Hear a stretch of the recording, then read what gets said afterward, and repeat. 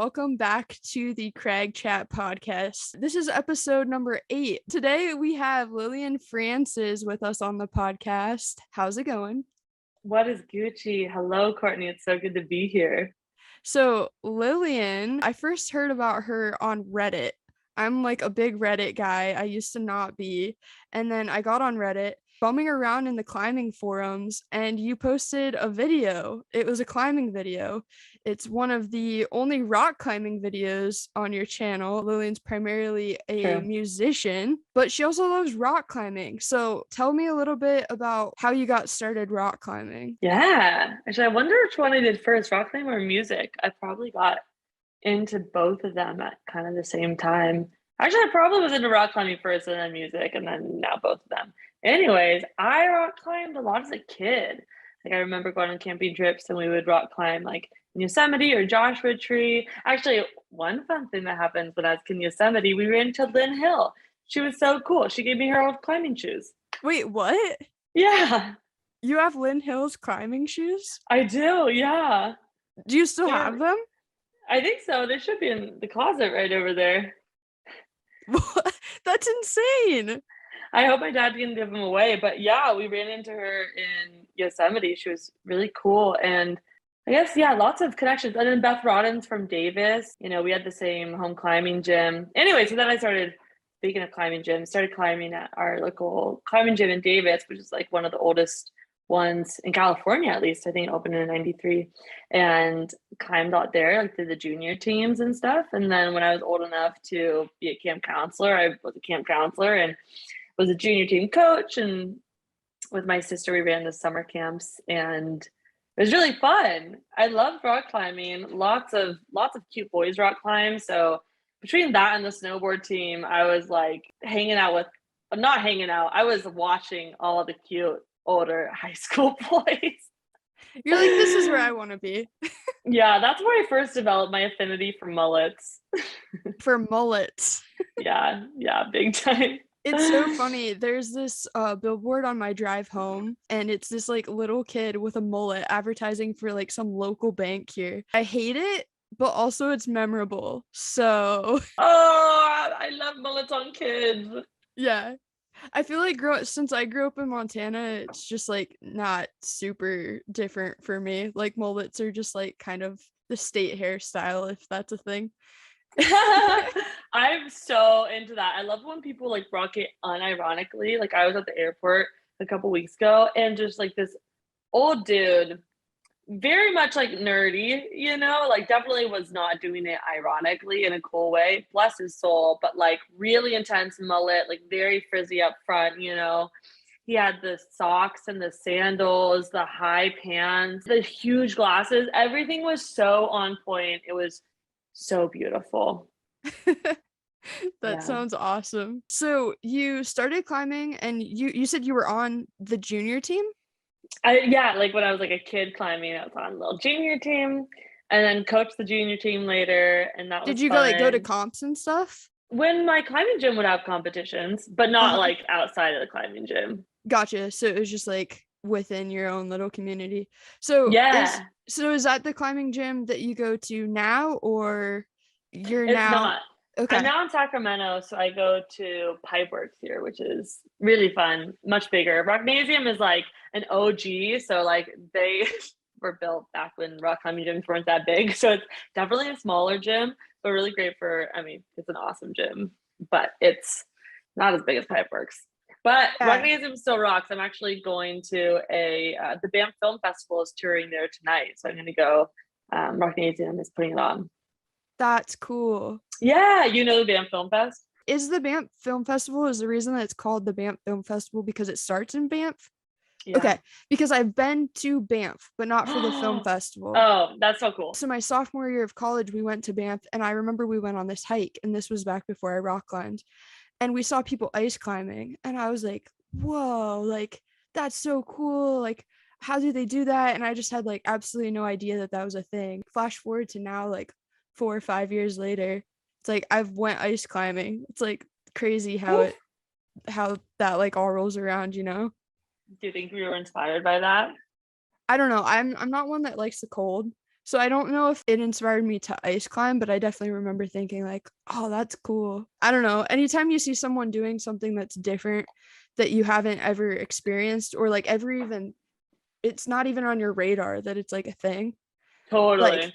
it's like, whoa, like you can do that. I don't know. That's the way that I felt about rock climbing. So I'm like actually jealous in a way that like you got to grow up with it from, it sounds like real small. I think it was an identity. Just being able to experience it as a kid is super powerful. To grow up doing that 100%, I'm so grateful. It was an identity that I totally forgot about. I climbed as a kid. I feel like I almost not really took it for granted, but like, I liked it. I was honestly never that into climbing because I would get off work and I would be like, well, last place I want to be is at work, so I'm gonna go home, you know? I like barely climbed that much. I feel like I more like worked at a climbing gym and like never went outdoor climbing. For whatever reason, all the other staff were going outdoor climbing. It just like never sparked my interest at all, which was kind of weird. Anyway, so then I went off to college. I stopped climbing for like a decade, and I honestly completely forgot about rock climbing. Like I went to school in LA. I feel like, you know, just like new Lil Hoodis, you know, I like forgot about that part of me. And so, yeah, then I got back into it last winter, and it was crazy how much my body remembered from being a kid. You know, like I already had just a lot of the balance I think necessary to climb. Strength is still not like it's something I'm working on. I swear the V2s get harder every day. Girl, I went climbing yesterday. I literally could not climb after my warm up. I was white. Well, hey, you're doing a warm up and that's better than most of us. I'm doing a yeah. I don't care. Like I don't care at all about how hard I climb. Yeah. No, I mean, so I think that's really interesting that you bring that up. So two things. Number one, there's basically a spectrum, and on one end of the spectrum, it's like we're climbing hard and that's all we care about. And Yeah. on the other end of the spectrum, it's like climbing hard doesn't matter. You should just be having fun. And it almost, in a way, if you're trying to climb hard, I feel like it's like looked down upon or something for like climbing hard. It's like, Sure. Yeah. which is like weird. I think like most things in life, I just try to like ride that middle area, and I think it's like such a balance. And secondly, it's so funny that you got your like reignition for like reigniting passion for climbing in Joshua Tree, because I actually, when I was a kid, lived in Joshua Tree. No Um, way. I lived there from when I was 5 to when I was 9, because my dad Wow. was in the military. And I Yeah. remember specifically, we weren't climbing rocks, but we were just like playing around in the desert. And my dad, him and his buddy got up on top of one of the boulders and they got stuck up there, like to the Oh point where like no. they couldn't figure out how to get back down. Oh And God. like my mom and like my dad's buddy's wife were like freaking out. They like eventually figured out like this down climb to like get down, but like my mom was like, we're gonna have to call like the search and rescue. And I was like 6. So yeah, I always remember that about Joshua Tree. So then like it was funny because then after college I actually went and lived in, do you know where Victorville, California is? It's like Sounds familiar. it's like 45 minutes north of LA. I went there and we lived there, which is only a couple hours away from Joshua Tree once again. And I climbed in the gym, like exactly how you were just saying. Like I only climbed in a gym. Yeah. There are other people going outdoors. I just never went outdoors. Yeah, so I just thought that was like a weird connection, like that you refound your love in Joshua Tree. And 'Cause you got scared of rock climbing Joshua Tree, or did that experience with your dad keep you no, off the rocks or draw you to them? I mean, I honestly started climbing in the gym like when I lived in Victorville. Like started climbing in the gym and I just liked it. And so then I went outdoors when we moved to Ohio because that was just like the next logical progression of things. Yeah. But yeah, so no, okay, so I'm curious. So since I haven't actually climbed there, tell me about Joshua Tree and like why this trip was so magical for you. Yeah, and also, for all our listeners out there, the Joshua Tree, the vlog that I created on my like solo trip to Joshua Tree, this like trip that totally changed my relationship with rock climbing slash life, is the one that Courtney found on Reddit. Yeah, this trip wasn't about it. I had this like desire to go down there. I had in October driven down there with my mom.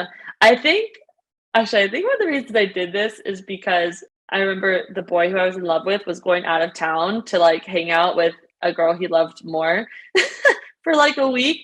And I was like, I can't be in town for this. I was like, I need to go. Yeah.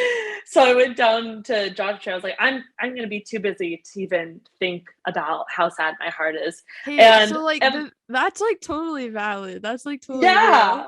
Yeah, and this is the time before the time. This is like in October. So I didn't do a ton of climbing on this trip, but my mom, when she realized I was trying to go by myself, she's like, "Don't go by yourself." I was like, "Why? Like, do you want to come with me?" And she's like, "Okay, fine." So I went down with my mom, and like we had so much fun together.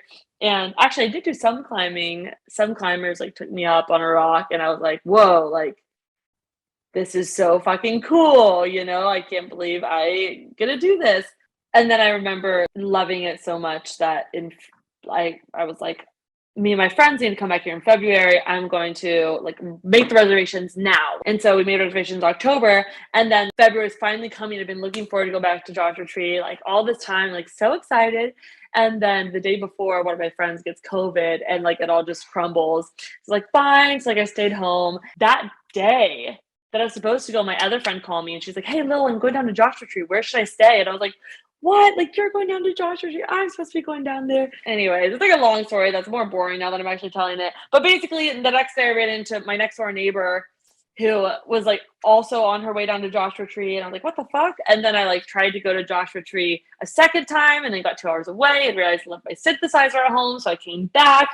And then like 2 days later, I was like, I still need to go so badly. And so I was like, something is tugging me down here. I can't leave this place alone. And so I went down there and yeah, spent a week by myself. And it was like the first like social event I'd done honestly in COVID. It was like, February 2021. So not like safe yet, but better. And so I think it was just really addicting. One, just climbing, like being in the air and with the vista at the top of the rock is just like breathtaking, And oh, you have to solve a mental and physical puzzle to get there. I don't know what could be better. And then also like the whole climbing culture, just the whole campfire, hang out, fucking around, having fun, playing music, like that whole thing. Dirtbag Lil came out and I was like, "Oh my girl, where have you been?" Yeah. It was like a coming home to Totally. so I don't know if you've heard this, and I don't remember where I heard it, but I thought it was really, really interesting. Is like somebody said that adults are just trying to do their best to go back to how they were as children. Like, Oh, sweet, yeah. like all you're really trying to do in your adult life is like get back to how you were as a child. So like if you want to have happiness or whatever, like think back about what made you happy as a kid. Dude, absolutely. That's probably why I get high.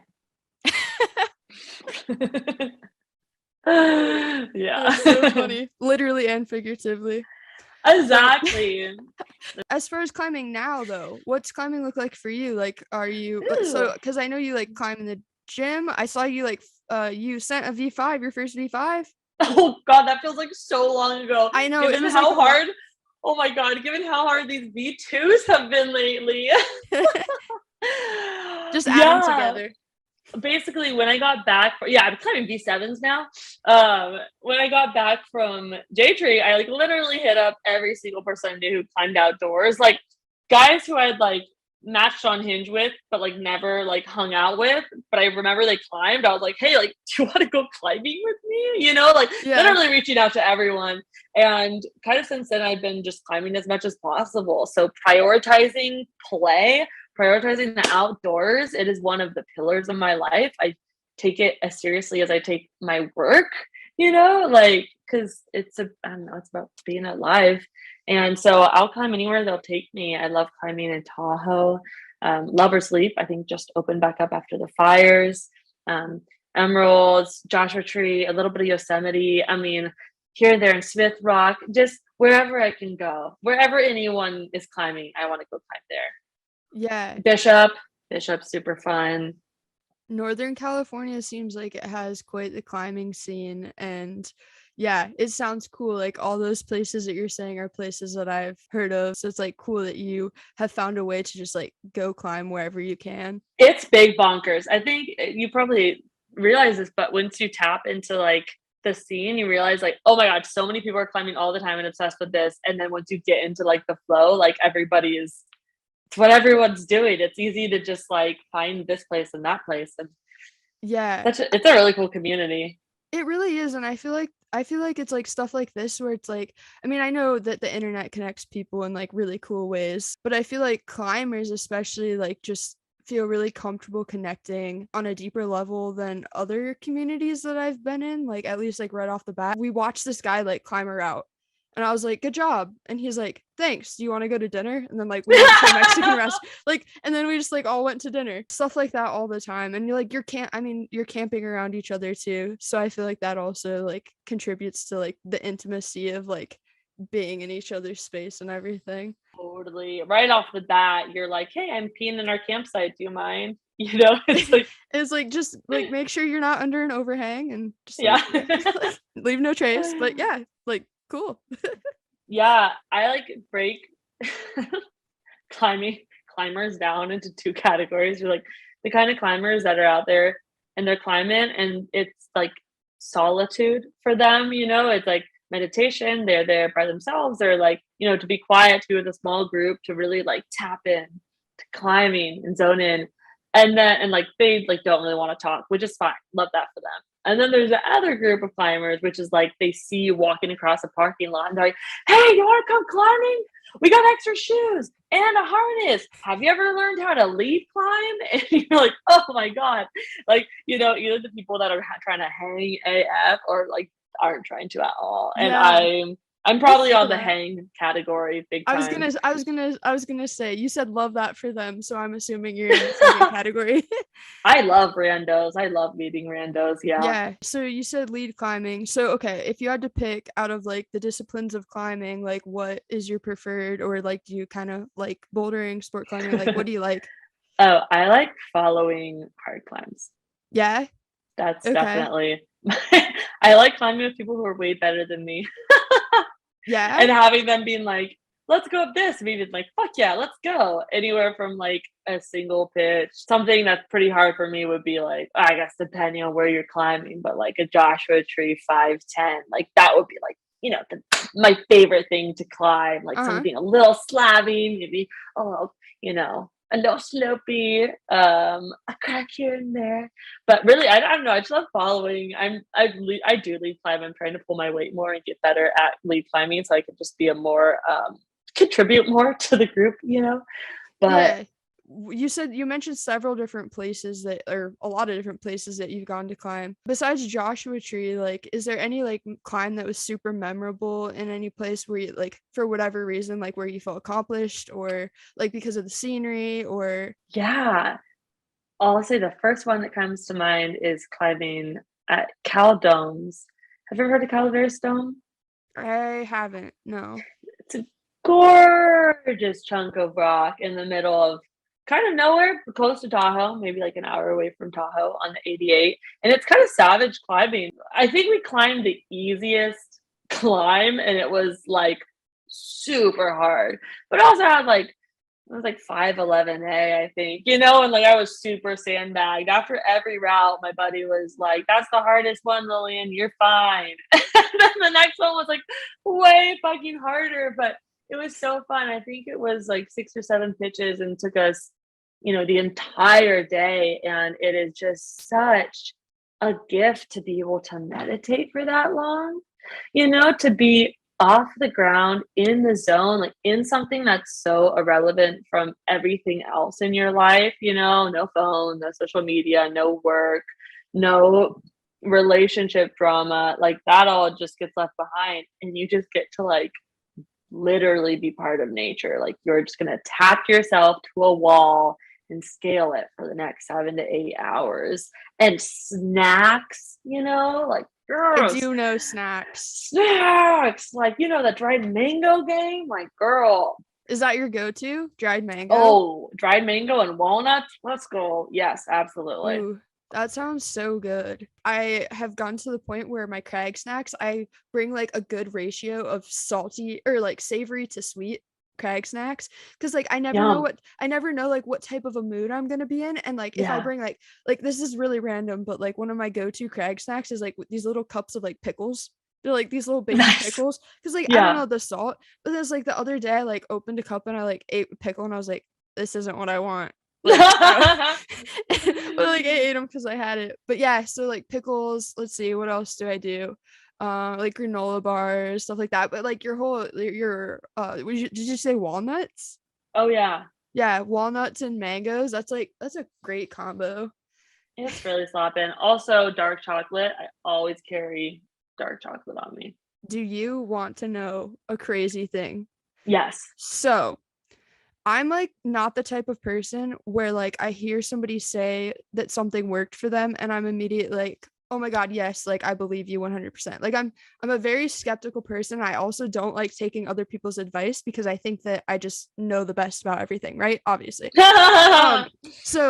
So that being said, my husband Jed read that dark chocolate is like good for your memory. I have like a history of like Alzheimer's and things like that in my family. Every day he gives me these dark chocolate rations, he calls them. Wait, this is very cute. It's very cute. It's like the cutest relationship goals.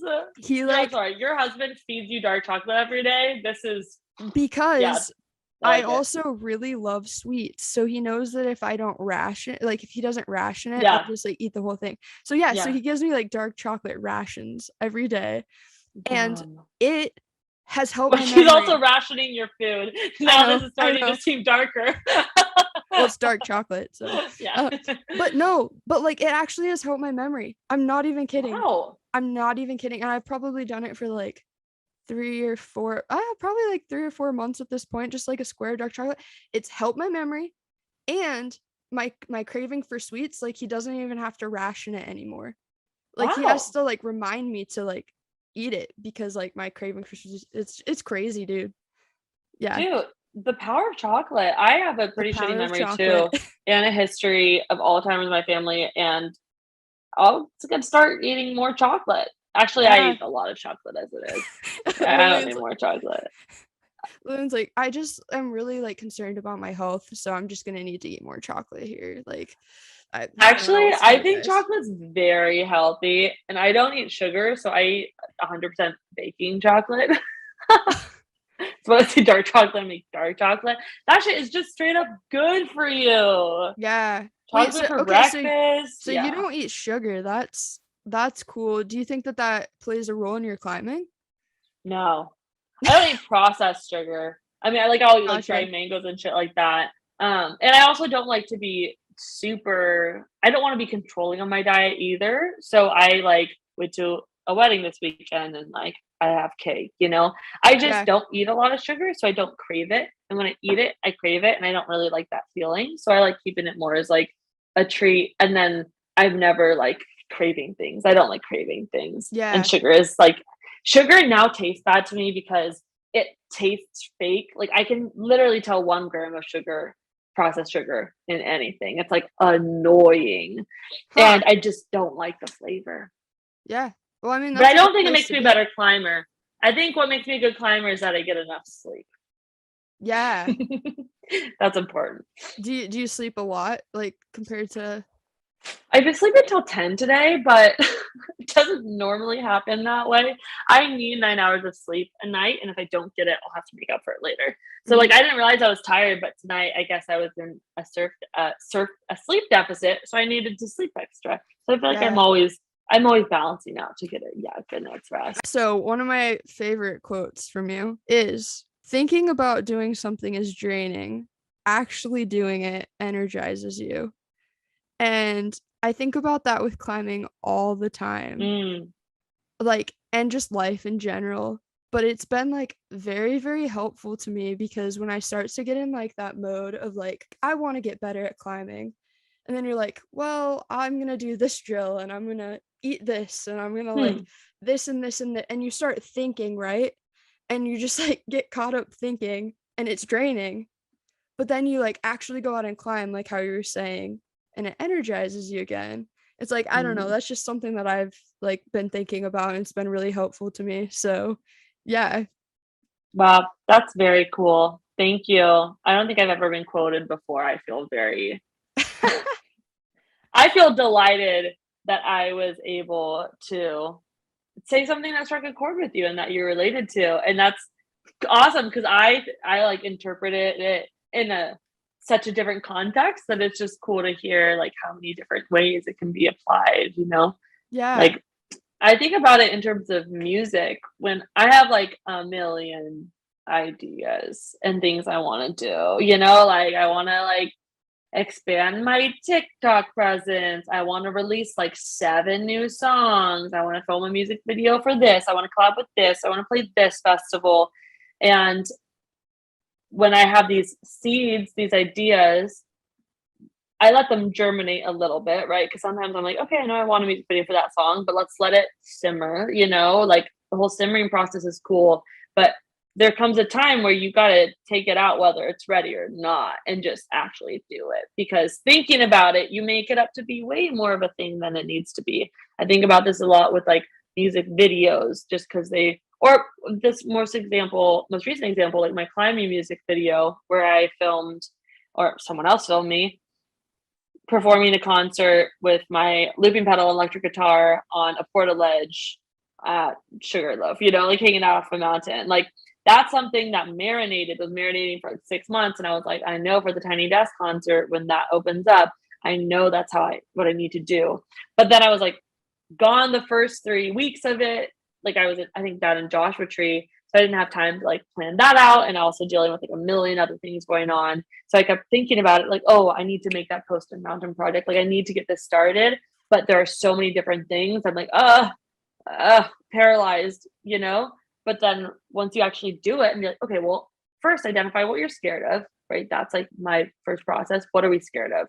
Are you scared of you're not going to find a photographer? Okay, well, either way, you're not going to find a photographer. You might as well look for one. Are you afraid someone's going to make fun of you? Why would someone make fun of you? Are you afraid? And if they're making fun of you, do you care what they think? No, it might hurt a little bit for a minute. And then you think about how if you were talking shit to someone else on the internet, how unhappy you must be. So we can't take personal offense from shit like that. Anyway, so the list goes on about things that we can be scared of, but then when you look at them, it's like, well, that's not scary. Like, oh, but I have to like post that thing on Mountain Project to see if anybody has a Portaledge. Okay, well, what's scary about that? Nothing. Okay, Yeah. do it. And then you do it and you're like, cool, I did that. Wow, I have the power to set my ideas in motion. That gives me the confidence to set my next idea in motion. And then it's like this forward ball. So if I were to like, sit down and actually think about some of the things I want to do, I would just never get them done. Yeah. But then when I do them, I'm like, yeah, that was easy. It took 1,000 steps and a lot of brain power. But what was hard about that? I told you I get enough sleep. I'm fucking brain powered up. Yeah. No, I totally hear everything that you're saying so much. And it's actually really funny because I was applying for a job that I really wanted and I didn't get it. And it really was disappointing, obviously. Still gonna keep trying. The day after I didn't get it, I just sat there and I was like, what do I really want to do? And I'm like, I want to rock climb and talk to people about rock climbing. And I sent out a billion DMs saying, hey, do you want to be on my climbing podcast? And guess what? That's why you're on my climbing podcast, is because I took the time to just be like, you know what? I'm going to stop thinking about doing it and I'm just going to do it. Like, what's the worst that's going to happen? And I think that's like people with rock climbing too, right? Like a lot of people are like, I kind of want to try it, but like, I don't know if I should. And like you said, like, what's the worst that's going to happen? Like, people are going to make fun of you. Like, okay, like whatever. Like you're not going to know what to do. No one knows what to do when they start. Like, you're gonna get hurt. Like you can get hurt walking down a flight of stairs, so just just do it, dude. Just try it, like absolutely. Yeah, no, so that is super cool. Okay, so you talked about your Portaledge rock climbing concert. For those of people that haven't seen the video, explain what it was and like how you got the idea and how that all went down. So I have been submitting my music every year to this contest called the Tiny Desk Contest, Tiny Desk Concert Contest, something like that. Anyways, your Courtney, you're probably already familiar with the Tiny Desk contest, huh? Love Tiny Desk. Yeah. Sweet. Yeah. For those of you guys who don't know Tiny Desk, they get artists to come in and record their music, a live rendition of their songs in the NPR headquarters in The DC. reason that I went from like, she's okay, to like fell in love with Lizzo is because of Tiny Desk. Amen. Yeah. Amen. It's a great Tiny Desk. So anyways, this is my, I think, 6th or 7th year submitting. Every year I try to get better and better because, you know, every year I think I'm going to win, like truly. And every year I don't win. And so for me now it's like, oh, it's just a great excuse to film a wonderful version of my music that I can pass along to people for, you know, for promo, for festivals, you know, like stuff like that. It's like an asset. So and it's just really fun, you know, but I see it as an invaluable asset to just have a really polished, cool video of me, you, whoever playing music. And so I was like, I don't really remember how it came to me, but I was just like, Portaledge music video, you know, like just, yeah, that's what's going down. Like that would be fucking sick. Like, I don't think anyone's ever done that. And so that was another appealing thing is I was like, I don't think anybody has ever done this for the submission. So like, it's going to stand out. And that's what I want to do. I want to stand out and like at best get featured, you know, which I have. I go on desk of the day. So I've been shouted out on their Twitter, on their Instagram. I've been in 2 emails they've sent out. So I've been following excited. it all and I'm so excited for you. Thanks. Yeah. So anyways, the process was just, yeah, a lot of thinking about it, a lot of marinating about it. Basically had to say it out loud to someone. So I told one of my climbing friends, like, yo, and he's like a big wall climber. He's like a serious shredder. And so I was like, yo, this is my idea. And we also play music together. So we're also musical buddies. And he was like, yo, that's a cool idea. You need to start planning for that like now if you're going to do it. And he was like, oh, it's 3 weeks away. Yeah, you got to do that now. And I was like, fuck, okay, let's go. All right. And so I think like that night I posted on the Mountain Project and I was like, hi guys, this is my dream. My name is Lillian. Do you want to be my friend? Like, does anybody have a Portaledge who would be down to do this? Because I know there are people who would be stoked to be part of this, you know? I remember seeing your post and being like, I wonder how that's going to work out for her. Not because like I was doubtful that like people wouldn't want to do it, but I was just like wondering like if people would see it like in time / like, yeah. And so what happened? So I got some good hits, some good tips. I actually got a couple people reach out to me just being like, hey, like I don't have a Portaledge, but this is cool. Like if you need help, let me know, which is really sweet. And then I got this one dude who was like, I have 14 Portaledges and I'm down to help. 14. And I was like, oh, fuck yeah. So anyways, he lived like a couple hours away from me. That's amazing. I have 14. Kevin DeWeese. He's awesome. Kevin is the bomb. And so he was just like, yeah, I can do it in that time frame. And then I was like, okay, cool.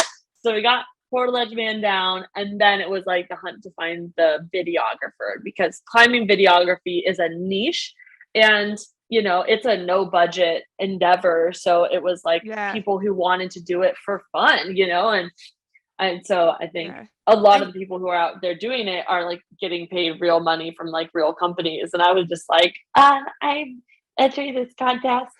Yeah. And so we found, not through Mountain Project, but through mutual friends. Actually, I posted on like the Sacramento Climbers Facebook page and someone like commented to Amanda Lip, who's the woman who ended up videoing it and, or was one of the cinematographers and also edited, one of the editors as well. She's like the bomb. She's a documentary filmmaker and outdoors woman and a total shredder. And she was super stoked and made time for it and like helped me edit it all afterwards. Anyways, it was very cool. And then this other guy, Tori Phillips, who is very cool. And I got connected with him through a mutual friend. So it all came together. And then it was like, where do we do this? Because Yosemite, like the permitting system was a little bit unclear. It was falcon season. And anyways, I think it became apparent that you were supposed to get a permit and I wasn't able to get one in time. So I was like, well, let's go somewhere that's not like the most famous national park in the world. So then someone suggested Sugarloaf, and I went there and I scoped it out and had a spot to hang a portaledge off of. It ended up being like the perfect place. And luckily we had good weather, not too much wind. We filmed it like the day before it was due, 2 days before it was due. So then we had 48 hours to edit it and send it in. It was just like a crazy crunch, but we got it in, 10 minutes before the deadline. And now we watch it and it's like, we spotted a million mistakes as soon as we put it out, but that's just the way it goes. That's just the way it is. That's showbiz, baby. That's showbiz, girl. So anyways, that was one of the coolest things I've ever done. One, because it was really fun to be out there. Two, I loved how it turned out. I'm so proud of it. I will like accidentally watch the first like 5 seconds on it when I go to my YouTube page and it starts played automatically, and then I will like have to finish the entire thing. Like I love it so much. And now it exists out in the world, and maybe I'll win. Yeah. So when do you find out? May or June. May or June. Cool. Yeah, well, so not for a while, but this podcast episode is going to be going out in June. So by the time this podcast goes out, maybe I'll have to add a notation at the end. Tiny Desk concert winner Lillian Frances is on my podcast. There we go. Let's go. That's so cool. I'm so happy for you that you like just had an idea and you just went for it. I think it was really cool you talked about how you have a passion for rock climbing and for music, and about how like sometimes you feel like conflict between those two, but that you finally like felt like you had found some sort of balance. Did you want to like talk a little bit about that, like and how you're feeling about that currently? Totally. I am a Libra, so I'm really big on balance. Okay. Avid handstander. And when I work too hard on my music, because I'm a music producer, and I teach electronic music production, and I perform and I make electronic music. I hustle. I'm a hustler. But like 3 years ago, when I was, less stable in my musical income, like I would just be like hustling so hard and like taking it so seriously that I remember thinking once like, oh my God, I don't have a free day for the next month. I have no free days in the next month. Like, of course I have free days in the next month. I make my own schedule. Like I can take a pause. I can push it back. I can cancel. Like I can do whatever I want with my time. But I just remember like I would just work every single day.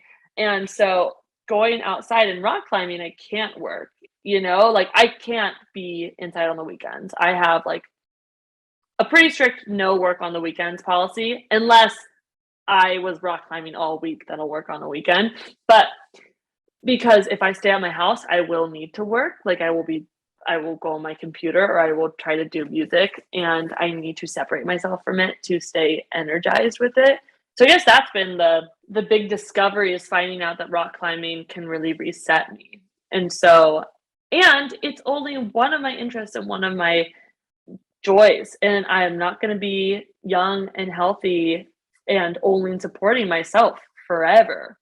Hopefully one day I'll be old and cracky and maybe have some like other smaller family members that are like going to be taking care of me, so I don't want to waste this like amazing time where I can go out. I live in like the prettiest place in the world, go out, fucking climb rocks with cool people. Like I need that for my life to sustain me.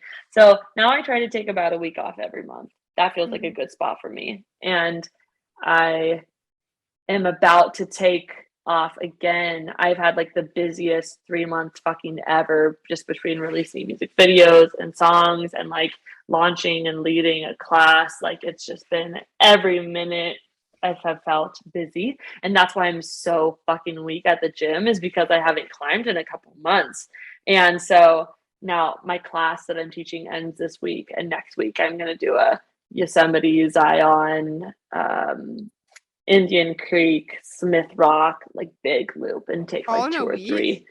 No, I take it off like 2 or 3 weeks. So I'm taking like I was a bigger gonna say, chunk. wow. Yeah, I'm taking a bigger chunk. So it's like, okay, Lillian, you can fucking crush, for a month teaching this class, and then you're gonna take off, a couple weeks. And I was actually debating going or not. I decided today that I'm definitely going, but I was debating going because I was like, fuck, I just want to make music. Like, I've been teaching others for so long. I've been such a teaching, like releasing mode that I want to make stuff again. And so I was really craving that. So I was trying to decide, what do I want to do in April? Would you rather create music, or would you rather create memories in the outdoors? And that's what I'm choosing for now. But then May will probably be locked down on music.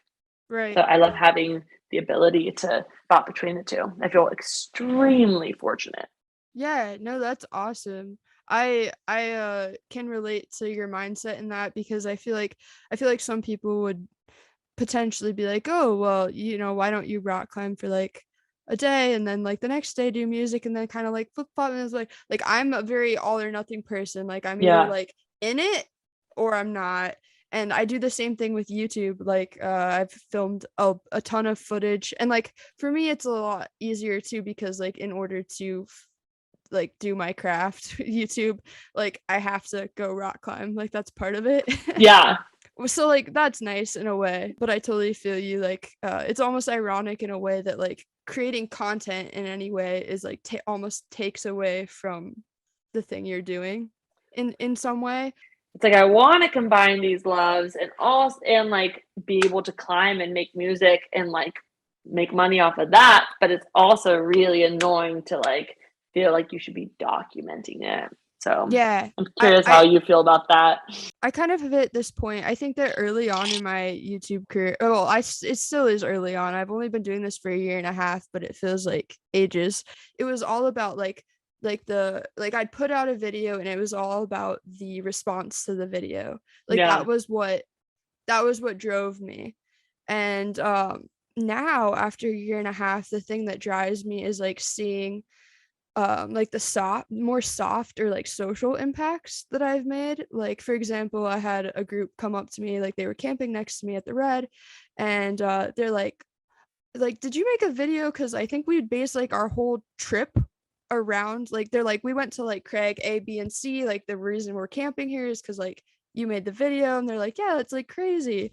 And I was like, that's cool. Like, that's the type of thing that I want to do, And it's like, that's so dope. That's kind of fun. Yeah. So I guess to answer your question is like the way that I see like separating like my life and my like documenting my life is, I guess when I go out to climb, I decide for the day, am I climbing or am I filming?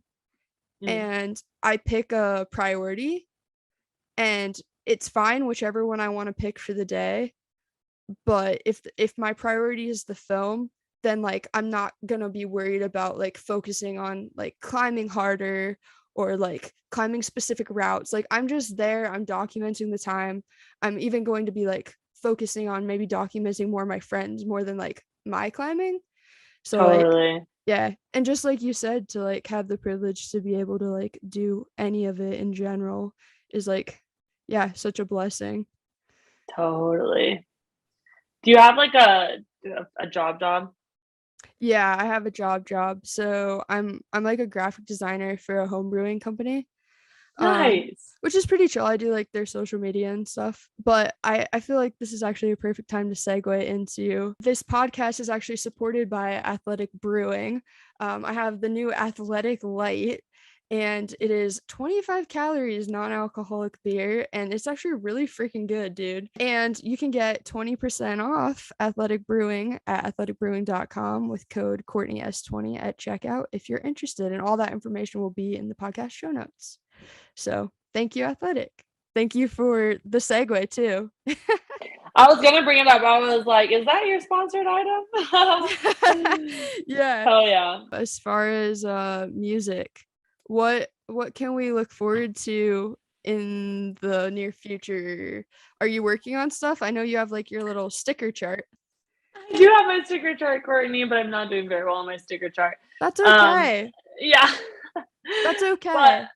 I am getting really antsy to finish music because I have about 5 or 6 songs that are like 90% of the way, and I just need to like record the final vocals and do the final mix down and then release them. So my goal in the next couple months is to finish like a song a week. That's what I'm going for. Once I get back from my climbing trip, then I'm just going to be working on content. But I'm also performing at a lot of festivals this summer and I'm fucking stoked on it. That's like, honestly, that's been the goal all along is I want to get into music festivals, except for I get paid and I get free kombucha. That's the dream. That is truly the dream. Yeah. Wow. Well, yeah. If I can like just like play festivals all summer long and then like teach classes in the fall, rock climb maybe not winter, make music, and then spring rock climb, summer festival, girl, that is what I'm manifesting. That is what I want. Well, I'd just like to point out to you that you're currently making music and you also are about to go on a super rad trip, so you're already there. I know. You're already there. I feel there. I feel like I'm living my absolute best life. I want to get to a point where I can have someone else do it for me. Like someone else book my shows, someone else like post on my Instagram. Gotcha. That is the level of success I want, is so that I can just have a team to do the shit for me so that I can make the music and do the rock climbing. And then I think that like the ultimate goal should be that like you play at a climbing festival. Yeah, wait, what are climbing festivals? I could do that right now. Yeah. Well, a lot of them over here, at least towards the east, are like in the fall. So there's Rocktoberfest is in October at the Red. Like I don't really know if they've had like live music in the past, but I know they've had like live speakers and things. So like that would be really cool. And like there's just a campground, like everyone's there. So like I mean they had music, why not make it live? And then yeah, the new has the Crag Classic, so like I haven't been to the Crag Classic, but it'd be cool. Yeah. I love this, Courtney. I would like to put out a call for everybody to help me manifest that. Thank you everyone so much for the good wishes. Yeah, if you're a organizer of a rock climbing festival, hit Lillian up to come play. Definitely. That's what I'm talking about. Well, thanks so much for being on the podcast. It's like nice to finally get to talk to you. I know we've been great like talking on and off. Yeah, no, Courtney, this has been so much fun. I love talking about climbing for a change. This was fun. Fuck music. And if you haven't seen the collab that Lillian and I did too, she helped me make a rock climbing song out of only climbing instruments, and I rapped, and it was hilariously bad, but you know, we're just doing things and it was fun. So it was phenomenal. I think, Courtney, you're underselling yourself. I legitimately really like that song. It was very much fun to make. And yes, you should definitely check it out. Thanks everyone for listening to the Crag Chat Podcast, and we'll catch you next time. Sweet. Bye, guys. Bye.